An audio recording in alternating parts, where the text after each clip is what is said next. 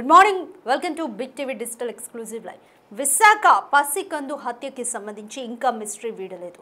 అయితే దుండగులు పాప తలని శరీరాన్ని ముక్కలుగా నరికి వేరు ప్లేసెస్లో పడినట్లుగా అయితే పోలీసులు అనుమానిస్తున్నారు. ఇంకా గాలింపు చర్యలు అయితే ఇంకా కొనసాగుతున్నాయి. అయితే అమావాస్య నేపథ్యంలో పాపను బలిచ్చారా, లేకపోతే వివాహేతర సంబంధానికి అడ్డొస్తుందని పాపను చంపేశారా, లేకపోతే వివాహేతర సంబంధం వల్లనే పాప పుట్టి చంపేశారా? సో ఇలా అనేక కోణాల్లో పోలీసులు అయితే దర్యాప్తు చేస్తున్నారు. అయితే ఇంకా పసికందు తల ఇంకా దొరకలేదు. శరీరాన్ని 3 ముక్కలు చేశారు దుండగులు. డ్రైనేజీలో వేరువేరుగా పడేసినట్లయితే ప్రాథమికంగా గుర్తించారు. కాలువలో పాప శరీర భాగాలను సేకరించే పనిలో ఉంది బృందం. నిందితుల్ని పట్టుకునేందుకు ప్రత్యేక బలగాలు కూడా రంగంలోకి దిగాయి. అంగన్వాడీ ఆశా వర్కర్ల సహాయంతో ఇన్ఫర్మేషన్ ని సేకరించారు పోలీసులకు సవాల్గా మారింది పాప మర్డర్ అని చెప్పొచ్చు. తాడిచెట్లపాలెం చుట్టుపక్కల ఇళ్లలోని బాలింతలు అలాగే గర్భిణీ స్త్రీల వివరాలను కూడా అంగన్వాడీ సిబ్బంది సేకరిస్తోంది. వివాహేతర సంబంధం కారణంగా పుట్టిన పాపను చంపారా, లేకపోతే నిన్న అమావాస్య కావడంతో చిన్నారిని బలిచ్చారా? ఇలా అనేక కోణాల్లో దర్యాప్తు చేస్తున్నారు. మొత్తంగా పోలీసులకు ఈ కేసు సవాల్గా మారిందనే చెప్పొచ్చు. విశాఖ పసికందు హత్య కేసుకి సంబంధించి ఇంకా మిస్టరీ విడలేదు. అతి కిరాతకంగా పసి పాపని కూడా చూడకుండా శరీరాన్ని 3 ముక్కలుగా చేసి దుండగులు ఇంటెన్షనల్గా చాలా ఘోరంగా పసికందుని చంపేశారు. డ్రైనేజీలో వేరుగా 3 ముక్కలు చేయడమే కాదు, పాపని డ్రైనేజీలో వేరుగా అంటే పోలీసులకి క్లూస్ దొరకొద్దు అన్న ఉద్దేశంతో వేరుగా డ్రైనేజీలో పడేసినట్లుగా అర్థమవుతుంది. కాలువలో పాప శరీర భాగాలను రికవర్ చేసే పనిలో పోలీసుల బృందం ఉంది. ఈ కేసు పోలీసులకు సవాల్గా మారిందని చెప్పొచ్చు. అదిగోండి, చాలా డ్రైనేజ్ కూడా చాలా ఇరుకుగా ఇళ్ల మధ్యలో, అసలు నిజంగా అక్కడికి ఎవరు వెళ్ళరు, అక్కడ శరీర భాగాలు పడేసినా కూడా ఎవరు గుర్తించరు అన్న ఉద్దేశంతోనే ఆ డ్రైనేజ్లో పడేసినట్లుగా అయితే అర్థమవుతుంది. ఏది ఏమైనప్పటికీ కూడా పోలీసులకి ఈ కేసు సవాల్గా మారిందని చెప్పొచ్చు. అయితే డ్రైనేజీ నుంచి శరీర భాగాలను తిరిగి రికవరీ చేసే పనిలోనే పోలీసులు ఉన్నారు. నిందితుల్ని పట్టుకునేందుకు ప్రత్యేక టీమ్స్ కూడా రంగంలోకి దిగారు. అంగన్వాడీ ఆశా వర్కర్ల సహాయంతో ఇన్ఫర్మేషన్ తీసుకున్నారు. అంగన్వాడీ అంటే చుట్టుపక్కల ఉన్న అంగన్వాడీ కేంద్రాల నుంచి అక్కడ ఎవరెవరు గర్భిణీ స్త్రీలు అలాగే బాలింతలు ఎవరెవరు ఉన్నారు ఆ ఇన్ఫర్మేషన్ని పోలీసులు సేకరిస్తున్నట్లుగా తెలుస్తుంది. తాడిచెట్లపాలెం చుట్టుపక్కల ఇళ్లలోని బాలింతలు అలాగే గర్భిణీ స్త్రీల వివరాలను అంగన్వాడీ సిబ్బంది సేకరిస్తోంది. వివాహేతర సంబంధం కారణంగా పుట్టిన పాపను చంపేశారా, లేకపోతే వివాహేతర సంబంధానికి అడ్డొస్తుందని చంపేశారా, లేకపోతే అమావాస్య కావడంతో చిన్నారిని బలిచ్చారా? ఇలా అనేక కోణాల్లో పోలీసులకి క్లూ దొరకడం లేదు. ఎందుకు చంపారు అన్న దాని మీద ప్రాథమికంగా ఒక నిర్ధారణకి అయితే రాలేకపోతున్నారు. మొత్తానికి ఈ కేసు పోలీసులకు సవాల్గా మారిందని చెప్పొచ్చు. సో దీనిపైన మోర్ డీటెయిల్స్ మా ప్రతినిధి రాజు అందిస్తారు. నేనున్నది కంచెరపాలెం రాజీవ్ నగర్ కాలనీ. ఇది నేషనల్ హైవేకి కేవలం చాలా దగ్గరలో, అంటే ఇంచుమించుగా చెప్పాలంటే 100 నుంచి 150 అడుగులకు దూరంలోనే ఇది ఉంది. ఎవరైనా సరే నేషనల్ హైవే నుంచి ఇలా ఈ రాజీవ్ నగర్ కాలనీకి వస్తే అలా పై వరకు కొండపై వరకు వెళ్ళొచ్చు, లేదా ఇక్కడ పరిసర ప్రాంతాల్లో జీవిస్తున్న వాళ్ళు కూడా. ఎందుకు ఈ మాట చెప్తున్నానంటే 2 గోడల మధ్యన చాలా చిన్న దారి, ఇది చిన్న సందు. ఇక్కడ ఒక పసికందుని ముక్కల కింద కోసి ఆ శరీర భాగాలన్నింటినీ కూడా డ్రైనేజీలో పడేశారు. ఎందుకంటే దీన్ని ఒక సీన్ రీకన్స్ట్రక్షన్లో చూస్తే గనక, అంటే ఒక వ్యక్తి నేషనల్ హైవే నుంచి, నేను వెళ్ళేటప్పుడు నేషనల్ హైవే ఎంత దూరంలో ఉందో దాన్ని చూపించే ప్రయత్నం చేస్తాను. ఇప్పుడు ఉన్నటువంటిది అంటే మనము ఇప్పటికే ఇక్కడ ఉన్నటువంటి శరీర భాగాలు ఏమేమి ఉన్నాయనేది మొత్తం చూపించే ప్రయత్నం అయితే చేసాం. ఈ కనిపిస్తున్నటువంటి ఈ పాల ప్యాకెట్ ఏదైతే ఉందో ఆ పాల ప్యాకెట్ ప్లేస్లోనే ఆ పాపకు సంబంధించినటువంటి పాప కానీ బాబు కానీ, ఒక పసికందుకు సంబంధించినటువంటి అక్కడ కాళ్ళు శరీర భాగాలనే ఆ పైన కనిపిస్తున్న మరొక కవర్ల ప్లేస్లో అక్కడ కొంత నడువునికి సంబంధించినటువంటి శరీర భాగాలు ఉన్నాయి. అదేవిధంగా ఇక్కడ కనిపిస్తున్నటువంటి ఈ ప్లేస్లో మరొక పాపకు సంబంధించినటువంటి, ఆ పసికందుకు సంబంధించినటువంటి శరీర భాగాల్లో ముఖ్యమైన చేతులు ఈ ప్లేస్లో పడున్నాయి.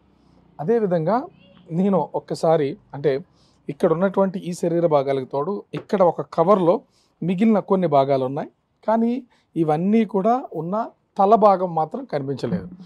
ఒకసారి మనం ఈ సీన్ రీకన్స్ట్రక్ట్ చేస్తూ దీన్ని ఒకసారి పరిశీలించి చూస్తే ముఖ్యంగా ఇక్కడ ఒక పెద్ద ఆయన పైకి వెళ్తున్నటువంటి వాళ్ళు అంటే ఎవరైనా ప్రతి ఒక్కరు కూడా ఇలా వెళ్తూ కొండపై వరకు, ఇది కొండవాళ్ళ ప్రాంతం కావడంతో కొండపై వరకు ఇట్లానే ఇళ్ళు ఉంటూ ఉంటాయి. ఆ ఇళ్ళ వరకు వెళ్తూ ఉంటారు.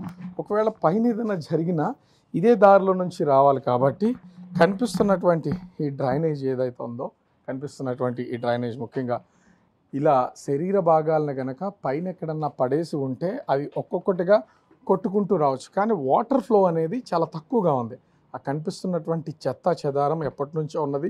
ఆ చెత్త అంతా కూడా అందులో ఉన్న ప్లాస్టిక్ గ్లాసులు ఉన్నాయి, తర్వాత బాటిల్స్ ఉన్నాయి, ఇతర ప్రాంతాలు అన్నీ ఉన్నాయి, ఈ ప్రాంతాలు అన్నీ ఉన్నాయి. కానీ అవన్నీ కనుక ఈ వస్తున్నటువంటి కొద్దిపాటి వాటర్ ఫ్లోకి కొట్టుకుని వచ్చి ముందుకు వెళ్ళేదైతే ఖచ్చితంగా లేదు. అయితే ఇక్కడ ఎన్నో అనుమానాలు ప్రస్తుతానికి సంబంధించి ఇక్కడ ఉన్నటువంటి శరీర భాగాలన్నింటినీ పోలీసులు, ఫోరెన్సిక్ టీము మొత్తం ఈ శరీర భాగాలన్నింటినీ ప్రస్తుతం అయితే వాళ్ళు విశాఖ కేజీహెచ్కి ఫోరెన్సిక్ డిపార్ట్మెంట్ వాళ్ళు దీన్ని మొత్తం పరీక్షలు నిర్వహించడానికైతే తీసుకెళ్ళినటువంటి పరిస్థితి అయితే ఉంది. ఇక్కడ ఇంకొకటి చాలా అనుమానాలకు దావిస్తున్నటువంటిది, ముఖ్యంగా ఈ ఇల్లు ఉన్నటువంటి ఈ ప్లేస్ మనం చూస్తున్నాం కదా, ఇంట్లో 2 కుక్కలు ఉన్నాయి. ఇంచుమించుగా 1:30 సమయంలో ఇంటి ఓనర్స్తో మాట్లాడినటువంటి సమయంలో 1:30 సమయంలో ఎవరో ఈ ప్రాంతానికి రావడం వల్ల కుక్కలు అరిచాయి. సర్వసాధారణంగా ఎవరైనా వచ్చిపోతూ ఉంటే ఇంట్లో కుక్కలు అరుస్తూ అనుకుంటాం కాబట్టి పెద్దగా పట్టించుకోలేదని చెప్తున్నారు.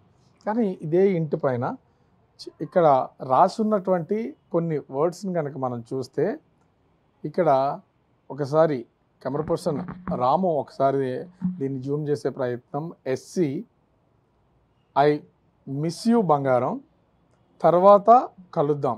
ఇది ఒక విధంగా చెప్పాలంటే ఈ కలర్ కనిపిస్తున్నటువంటి ఈ కలర్ అది పెన్సిల్ కావచ్చు, స్కెచ్ కావచ్చు, ఏదైనా సరే ఇక్కడ ఈ కలర్ కనిపిస్తుంది కదా, ఇది ఎన్నో అనుమానాలకు తావిస్తున్నటువంటిది. దీని మీద ఇంత స్పెసిఫిక్గా చాలా అంటే చాలా వెల్ ఎడ్యుకేటెడ్ పర్సన్ అయి ఉండాలి. ఎందుకంటే మంచిగా చదువుకున్నటువంటి వాళ్ళకి ఇంత ఇంగ్లీష్ని అంటే ఆ రైటింగ్, ఆ స్కిల్ అంత అద్భుతంగా ఉంటుంది అంటే ఖచ్చితంగా ఈ శరీర భాగాలను ఇక్కడ పడేసినటువంటి వ్యక్తి వెళ్ళిపోతూ ఆ చనిపోయినటువంటి అమ్మాయికి సంబంధించినటువంటి అమ్మాయి ఆ అబ్బాయి ఆ చిన్నారికి సంబంధించినటువంటి మిస్ అవుతున్నారు కాబట్టి ఐ మిస్ యూ బంగారం, తర్వాత కలుస్తానని ఇక్కడ ఒక కొటేషన్ రాయడం, మరి SC అనే దానికి మరి ఎట్లాంటి మీనింగ్ ఉందో, ఒకవేళ ఈ పుట్టినటువంటి బేబీ ఒక ఇల్లీగల్ కాంటాక్ట్, ఒక అక్రమ సంబంధం ద్వారా జన్మించి ఉంటే ఆ పాప పుట్టిన తర్వాత చంపి ముక్కలుగా పడేస్తూ ఒక మారుమూలను పడేస్తే ఆ ఇద్దరు అంటే అబ్బాయి పేరులో మొదటి అక్షరం, అదేవిధంగా అమ్మాయి పేరులో కూడా మొదటి అక్షరాలు అయి ఉండొచ్చు ఈ SC అనే ఈ 2 అక్షరాలు. అందుకని SC అని వాళ్ళు రాసుకుని ఐ మిస్ యూ బంగారం తర్వాత కలుద్దామని రాశారు. లేదా ఈ SC అనే పేరుకి ఆ అమ్మాయికి సంబంధించినటువంటి ఒక పేరు పెట్టాలని ముందుగానే అనుకుని ఉండొచ్చు. ఆ పేరుని కనుక వాళ్ళు పూర్తిగా రాస్తే ఇంకా దొరికిపోతారనే, ఎందుకంటే సహజంగా స్నేహితుల దగ్గర, కావాల్సినటువంటి వాళ్ళ దగ్గర కొన్ని తెలియకుండా నిజాలు చెప్పేస్తూ ఉంటారు. అలా చెప్పినప్పుడు ఈ పేరు బయటపడద్దనే ఉద్దేశంతో SC అని రాసి ఉంటుంది. ఇంత అనుమానాలకు తావిస్తుంది. ఇక్కడ మనం ఒకసారి చిన్న దారిలో నుంచి వెళ్తుంటే అక్కడ రాసినటువంటి ఐ మిస్ యూ బంగారం అని రాస్తున్న చోట ఇక్కడ కూడా చూడొచ్చు అదే సేమ్ స్కెచ్ ఆర్ పెన్సిల్ కానీ లేదా కలర్ చాక్ కానీ అయి ఉండాలి. ఇక్కడ కూడా S అనే లెటర్ని రిప్రజెంట్ చేస్తూ ఇక్కడ కూడా రాస్తుంది. అంటే మనం ఇలా కొంచెం ముందుకు వస్తే ఇట్లా అంటే ఎన్నో అనుమానాలకు తావిస్తున్నటువంటిది. ఇక్కడ కూడా ఇదే రకమైనటువంటిది. అంటే వచ్చినటువంటి వ్యక్తి ఖచ్చితంగా ఇక్కడున్న ఈ కలర్ పెన్సిల్స్ ఏవో ఉన్నాయో అవి సరిగ్గా రాస్తున్నావా లేదా అనేది చెక్ చేయడం కోసం బహుశా ఒక టెస్ట్ అయితే చేసుకుని ఉండొచ్చు. మనకు కనిపిస్తుంది కదా, ఇప్పుడు నేను చిన్న సందులో నుంచి పై వరకు వెళ్ళాను. ఇక్కడ నిలబడి ఉంటే కనిపిస్తున్నటువంటిది ఇంచుమించుగా 100 అడుగుల దూరం కూడా ఉండదు. అది నేషనల్ హైవే, చాలా హెవీ వెహికల్స్ వెళ్తున్నటువంటిది. ఒకవేళ ఎవరన్నా బయట వ్యక్తి చంపేసి ఇళ్ల మధ్యన ఎక్కడన్నా డ్రైనేజీలో పడేస్తే ఎవరికి తెలియదు, మన మీదకి రాదనే ఉద్దేశంతో బహుశా ఇక్కడ ఏమన్నా చేసి ఉండొచ్చు. లేదా పైనుంచి ఎవరన్నా కొందరు వ్యక్తులు వాళ్ళకి సంబంధించినటువంటి అక్రమ సంబంధం ద్వారా పుట్టినటువంటి పిల్లలు ఎవరైనా ఉంటే వాళ్ళని ఎందుకు మనకు అడ్డుగా ఉన్నారని హత్య చేసి ఈ విధంగా ముక్కలుగా నరికి తీసుకొచ్చి ఈ జనాల్లో అంటే జనావాసాల మధ్యన పడేసి ఉండొచ్చు. బహుశా కారణం ఏదైనా కానీ పోలీసులు అయితే ఇన్వెస్టిగేషన్ అయితే స్టార్ట్ చేశారు. మనం రీకన్స్ట్రక్ట్ చేస్తే మనకు అర్థమైనటువంటి కొన్ని ప్లేసెస్, అక్కడ ఉన్నటువంటి ఆ స్కెచ్ మార్క్స్, ఆ రాసినటువంటి వాటిని, ఆ రైటింగ్ అన్నీ కూడా చాలా మ్యాచ్ అవుతున్నాయి.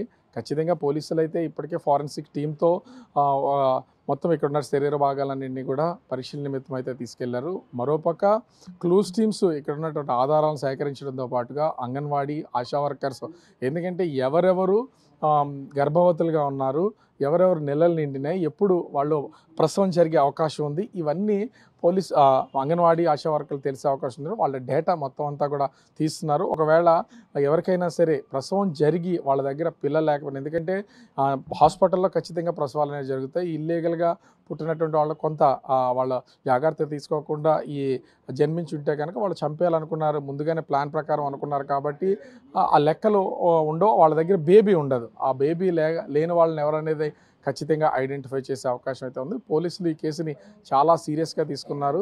ఎందుకంటే ఒకవేళ పురిట్లోనే చనిపోతే మొత్తం మృతదేహాన్ని, చిన్న బేబీ మృతదేహం కాబట్టి డ్రైనేజీలో పడేస్తూ ఉంటారు. ఇష్టం లేకపోతే పిల్లల్ని ఎక్కడైనా వదిలేస్తుంటారు. కానీ ఈ విధంగా ముక్కలుగా నరికి శరీర భాగాలను ఒక్కొక్క చోట పడేయాల్సినటువంటి అవసరం లేదు. దీన్ని విశాఖ పోలీసులు కూడా చాలా సీరియస్గా తీసుకుని దర్యాప్తు చేస్తున్నటువంటి పరిస్థితి ఉంది. మరి సాయంత్రం లోపు అసలు ఈ కేసుకు సంబంధించి ఏం తేలుస్తారు ఏంటనేది మాత్రం వేచి చూడాల్సినటువంటి పరిస్థితి కనిపిస్తోంది. కెమెరామెన్ రాముతో రాజు, బిగ్ టీవీ, విశాఖపట్నం.